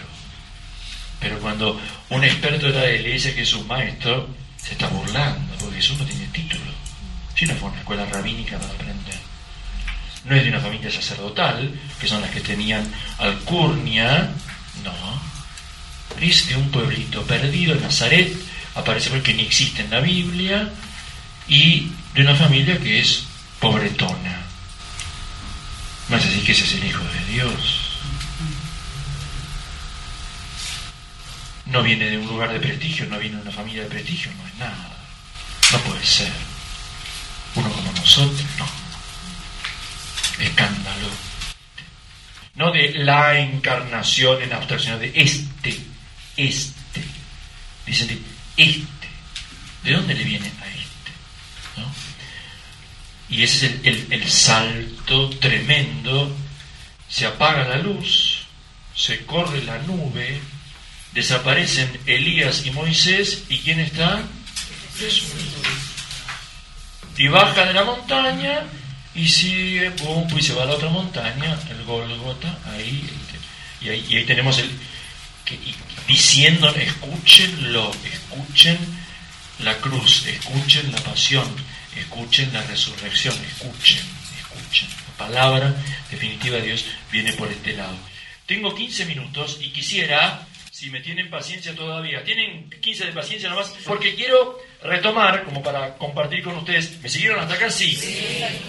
El tema de la lectura, porque hasta ahora puse el escuchar, la escucha, y aludí al tema de las palabras puestas por escrito como un momento de escritura. Hay en la tradición judía y cristiana el momento en el cual la palabra, que es acontecimiento de comunicación inmediata, se pone por escrito y entonces aparece un objeto, un texto, unas palabras escritas que ya no están en contacto directo con el que las escribió, sino que se van pasando. Y a vos te llega un libro, un rollo, qué sé yo, un pedazo de cerámica, no importa qué, pero te llega algo que es signos de tinta o de mineral, lo que sea, sobre papel, pergamino, lo que sea. Te voy a decir, bueno, ¿ahora qué hago?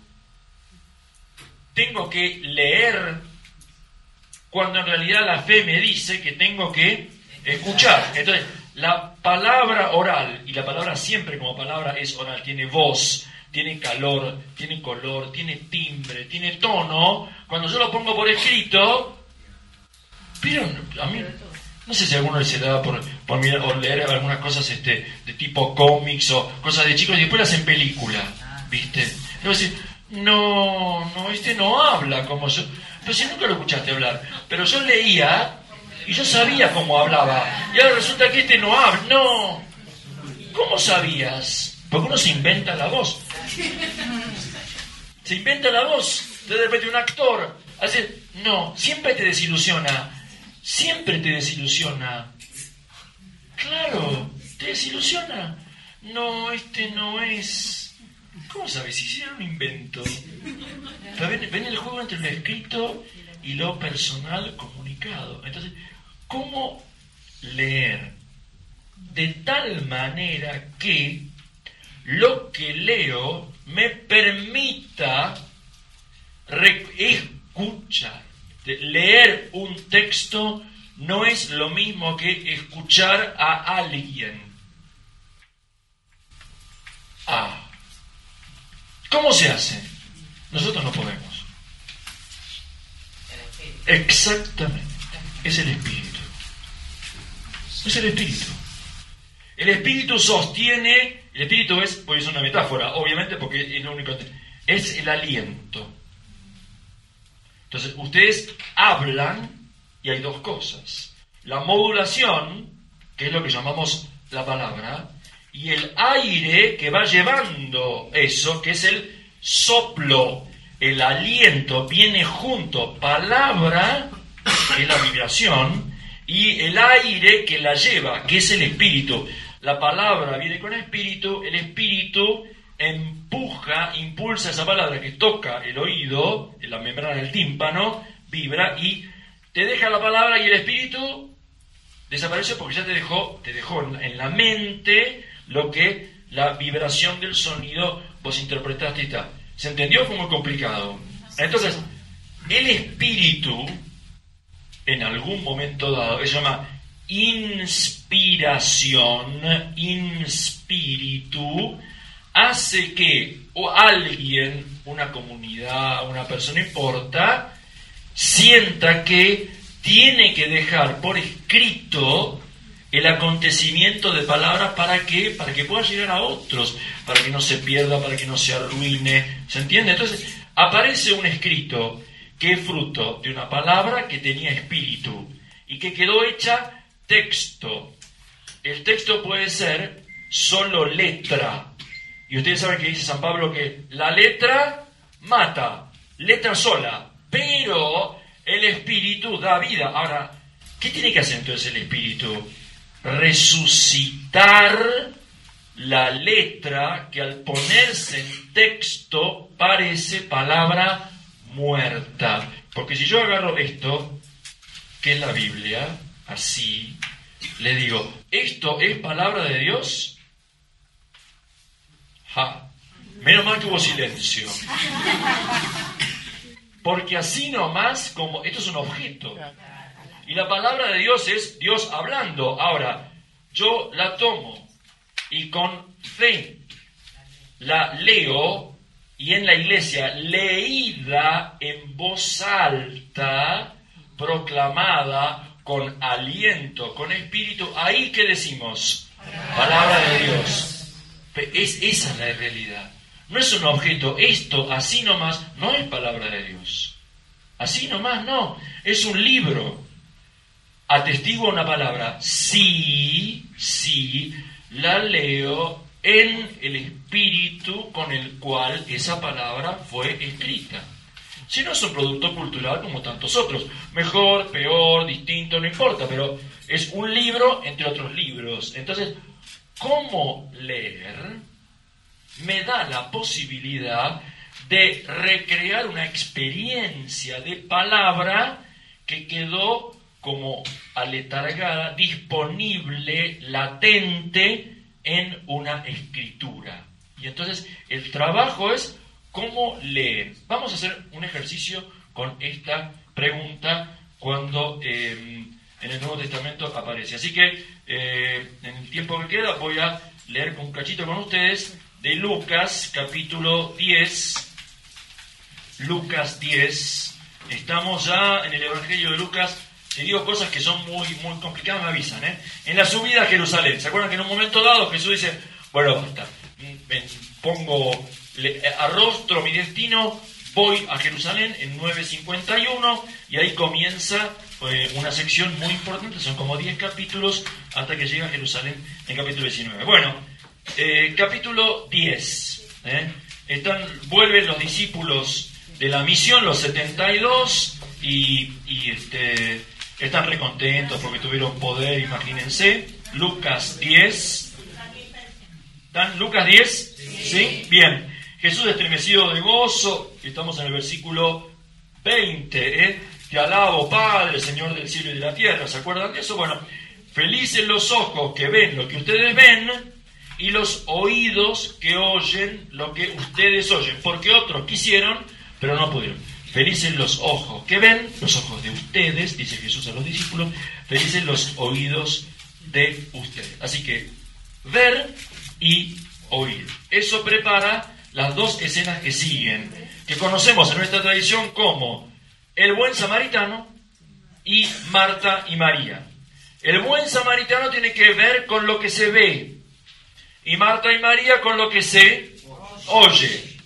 Y está armado así para que lo que dijo Jesús, felices los ojos que ven lo que ustedes ven, también lo puedan experimentar los lectores de Lucas, y felices los que oyen y también lo puedan experimentar, porque en la casa, que es la iglesia, se escucha la palabra del Señor, que es lo mismo. Así que ahí tenemos dos escenas. No hay tiempo para ver todo, me quedo con la primera. Y me siguen, si tienen la Biblia ahí, vamos a mirarla. Entonces voy a empezar desde el versículo 25. Lucas 10, 25. Entonces, un doctor de la ley se levantó y le preguntó para ponerlo a prueba: Maestro, ¿qué tengo que hacer para heredar la vida eterna? Vamos. No sé si en su Biblia tiene algún título de esto. Espero que no sé. ¿Qué dice él? Bueno, casi le diría, táchenlo, porque acá de mandamiento no hay nada. No es un problema judío, es un problema de vida, no de mandamiento.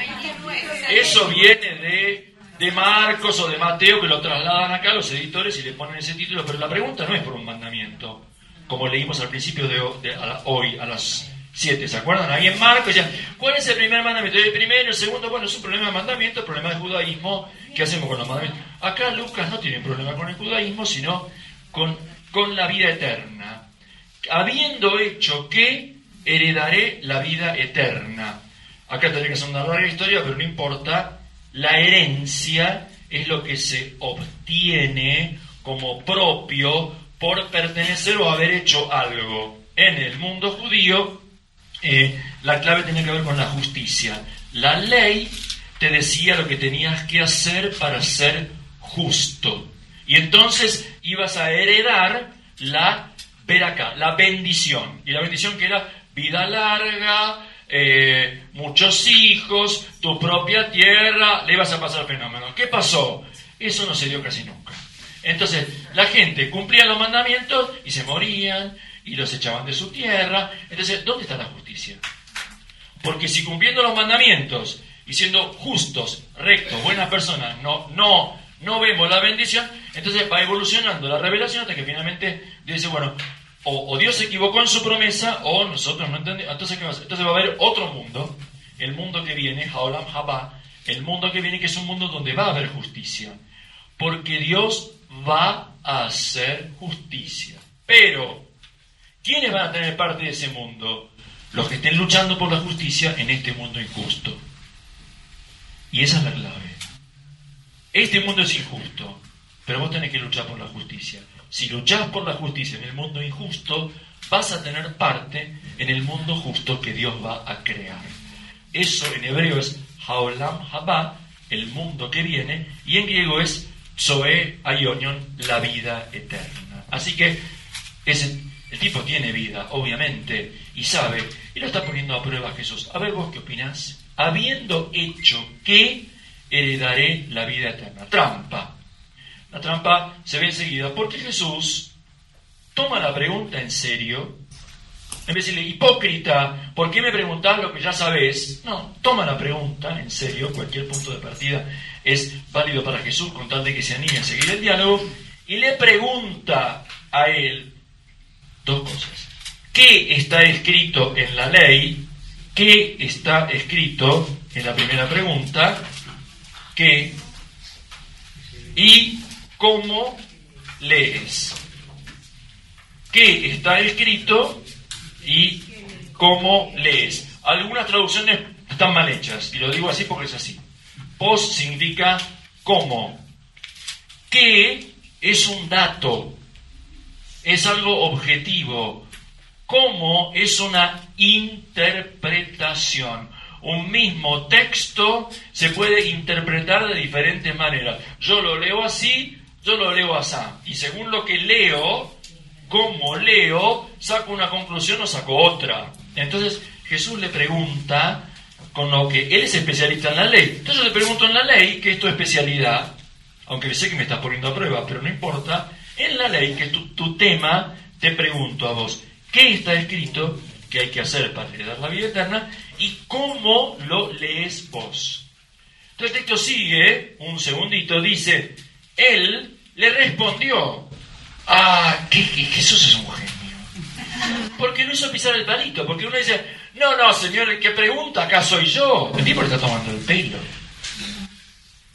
Le está tomando el pelo a Jesús. Pero Jesús le toca, no lo malo, sino lo bueno. Conoce la ley. No empieza diciéndole, no, hipócrita, no ladrón. No. Él siempre toca lo bueno, lo intacto, lo sano que está en el corazón de cada persona, que él lo ve y va desde ahí a rescatarlo para proponerle algo auténtico, algo distinto. Entonces lo lleva a su propio terreno. Le plantea, a ver, decime lo mejor que vos sabés. Y el otro, sin darse cuenta, dejó de ponerlo en crítica y se siente como el alumno. No me preguntan a mí. Yo vengo a hacer la pregunta, ya no me preguntan a mí, pero entra y contesta. ¿Y qué hace? Contesta y dice, bueno, amarás al Señor tu Dios con todo tu corazón, con toda tu alma, y a tu prójimo como a ti mismo. Y Jesús dice, respondiste exactamente, haz esto y vivirás. Todavía tengo 3 minutos. ¿Me siguen hasta acá? Vamos hasta acá. Bien, entonces, miren, es que, primero, el hombre no solo sabe qué, sino que hace un cómo increíble, porque toma un versículo de el Shema, un pedacito del Deuteronomio 6, amarás al Señor tu Dios, del libro del Deuteronomio, y otro del libro del Levítico, del Código de Santidad, amarás a tu prójimo como a ti mismo. No hay ningún lugar de la Biblia en que esos dos mandamientos estén juntos, no están juntos, uno de un libro y otro de otro. Entonces, este hombre es inteligente, lee de una manera creativa, original. Él dice, de todo lo que está escrito en la Biblia, que es muchísimo, yo respondo con un versículo de un libro y otro versículo del otro, los junto y te digo esto. Es impresionante. En otros relatos es Jesús el que hace. Hay un primer mandamiento y un segundo, y él pone orden. Pero acá no. Él ya sabe esto y lo hace con una inteligencia extraordinaria. Me daría para detenerme un segundo, vale la pena. Lo detengo, después vamos a la parábola y termino. El texto que cita el doctor de la ley, ¿en qué forma está? ¿Es un mandato? ¿Es un imperativo? ¿Cómo es el imperativo del verbo amar en español? Ama. Ama. ¿Amarás qué es? Futuro. ¿Ven? Futuro. Entonces es una promesa. Un día vas a amar. Eso es lo que la palabra de Dios te dice. Amarás. No es un mandato, ama. No es un infinitivo, amar a Dios. Es una promesa. El futuro, la forma, es un yosivo en hebreo, que es una forma volitiva, y es un futuro en griego que se interpreta como si fuera el mandato más fuerte que existe, pero es una forma que tiene tiempo. La palabra te abre al tiempo, al futuro. Ahora no sos capaz de amar con todo el corazón, con toda el alma, con toda la mente y con toda la fuerza. ¿Por qué tienen que poner las 4 potencias? Porque están disociadas. ¿Por qué no basta decir amarás a Dios? Porque estás disociado. Tu mente va por un lado, tu fuerza por otro, tu alma por otro. Entonces, el amor te va a unificar. Y toda la fuerza, y todo el corazón, y toda la... Eso solo lo hace el amor a Dios. Y es la promesa que nosotros, tristemente, llamamos mandamiento. Como si fuera una orden que por la fuerza de una orden pudiera cambiar algo. Una orden no cambia nada. En el corazón la palabra se abre a una promesa. Un día vas a ser capaz de amar en plenitud. Y con ese mismo amor que te lleva hacia el futuro, que te integra como persona, me siguen lo que estoy diciendo, con eso mismo, porque no cambia el verbo, también a tu prójimo. Como a ti mismo. ¿Cuántos amores son? 3. A Dios, al prójimo y a ti mismo. Son 3 en un mismo amor. Esto es increíble. Y el texto está, ¿en qué persona gramatical? Segunda singular. Alguien te habla. Vos lees un texto y el texto te habla. Lees y estás escuchando. Estás escuchando. Abrís el texto y el texto que te dice, escuchas una voz que te dice, amarás al Señor tu Dios y al prójimo como a ti mismo. ¿Cómo lees? Sigue la cosa como es mi prójimo y daría para el buen samaritano y no quiero hacerlos perder más tiempo de lo que estamos hasta acá. Pero el diálogo inicial es esencial para ubicarnos frente a lo que significa lo que llamamos la ley. La ley no es un imperativo exterior que viene a coartarnos la libertad, no tiene nada que ver. Alguien te quiere y te promete que vas a amar de verdad. Eso es el corazón de la ley, lo que me da vida eterna si lo hago. ¿Qué debo hacer? Haciendo qué. Así que eso lo tengo que hacer. Bueno, entonces el otro dice, para justificarse a sí mismo, no es porque quedó mal parado, pobre. Nosotros pensamos que no cambió nada, pero justificarse es querer ser justo, o sea, cumplir la voluntad de Dios. Le pregunta, ¿y quién es mi prójimo? Gran debate en el judaísmo. ¿Lo que está del otro lado del río es prójimo o no? ¿El esclavo que compraste es prójimo o no? El extranjero que vive con... Bueno, debate, te pones ahí y decime, o sea, ¿a quién tengo que amar? ¿Y a quién puedo no amar? Porque si no es mi prójimo, no lo tengo que amar. Entonces estoy liberado. Entonces poneme una línea. De este lado de la línea amo, del otro lado no estoy obligado, igual voy a tener vida eterna. Esa es la pregunta. dicha así caricaturescamente. Entonces Jesús otra vez lo saca. Nunca responde Jesús lo que le preguntas. Nunca. Siempre te involucra para que sos un sabio. Uno que tiene conocimientos te da datos. Un sabio te involucra a vos. No te da respuestas. Un sabio no da respuestas. Aprende a ayudarte a llevar tus preguntas y a que las sostengas hasta que acontezca la revelación. Los otros son datos con una computadora. Hoy googleo y se acabó. Y es sabio una computadora. ¿Eso es sabiduría de vida? Esos son datos. Qué bien que están al alcance de todo. ¿Me hace más sabio? ¿Me enseña a vivir más? Bueno, entonces acá está. Jesús hace eso. Vos le preguntás y te decís, ¿vos qué te parece? ¿Vos qué pensás de esto? A ver, ¿qué decís? No, bueno, entonces vamos. Entonces el diálogo. Escucho, pregunto. Bueno, entonces le cuenta, lo saca y dice, mira, bajaba un hombre de Jerusalén. ¿Recuerdan? Sí. Metáfora fundamental, el camino. Entonces vamos a hacer muy sencillamente el esquema. Camino. En torno al camino aparecen los protagonistas de la parábola, así llamada parábola. ¿Son quiénes? Primero los ladrones y el hospedero. Los ladrones y el hospedero son gente que vive del camino. Uno para afanarle a los que caminan y otro para hospedar a los que caminan. Son roles de gente que vive del camino. Roles, digamos así, sociales. Uno más amable, otro menos, pero bueno, son los roles. Después, ¿quiénes están? ¿Qué otros roles hay?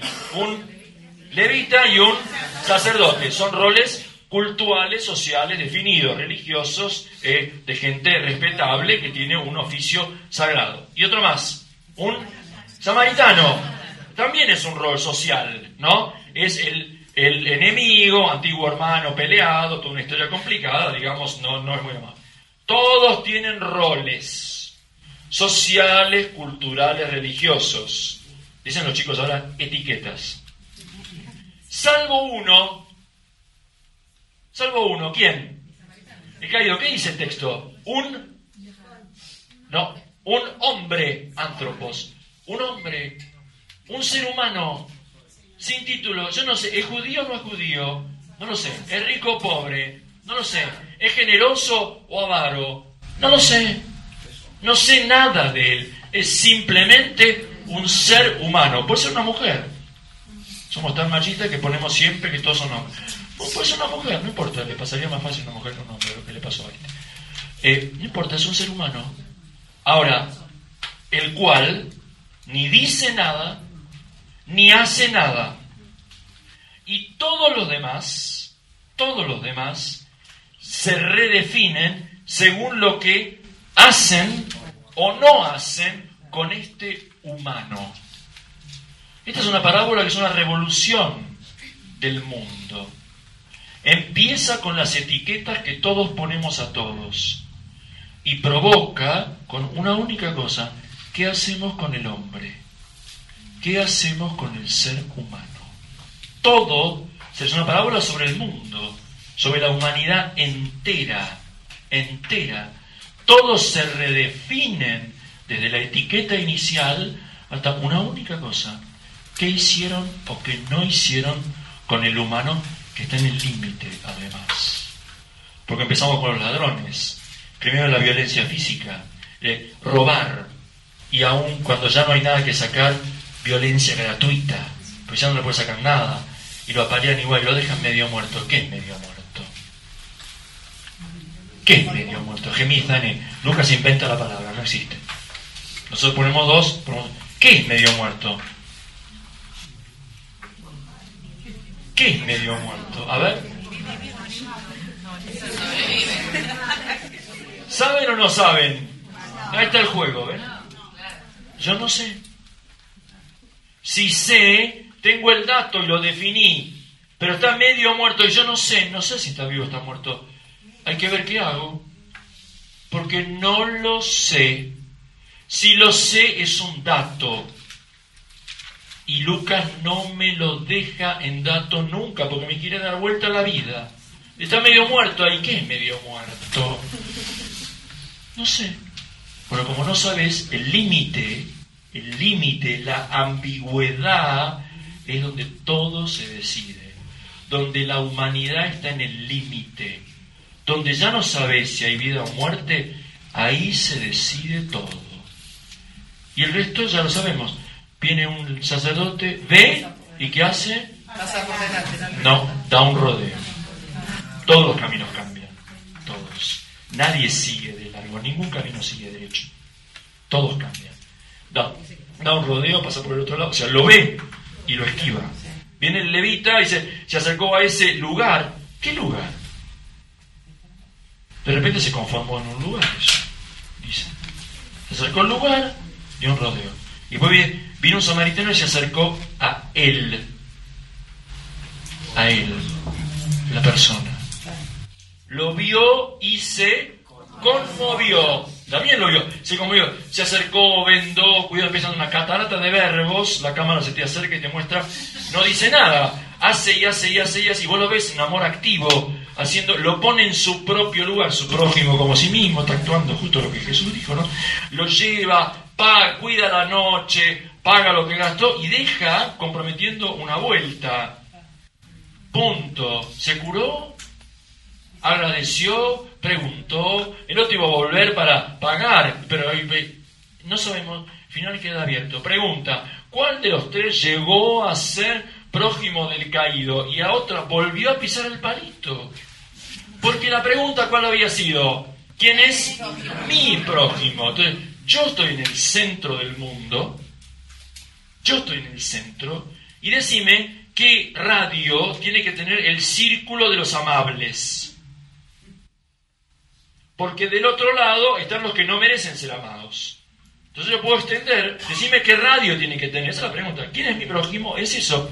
¿Cuál es el radio que tiene que tener el círculo de los amables, de los dignos de ser amados?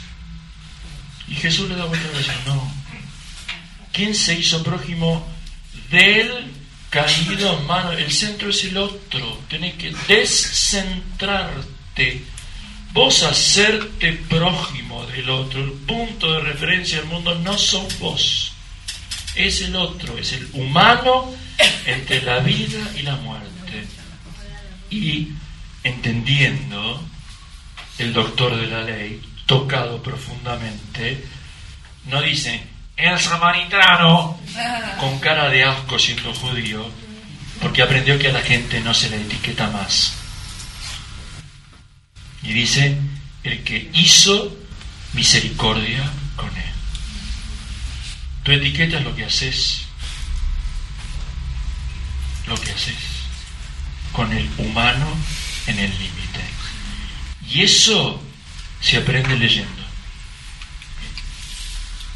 Una manera de leer te enseña una manera de mirar y un hacer que ya no te preocupa por tu propia vida, sino de que le dé vida a otro que está medio muerto.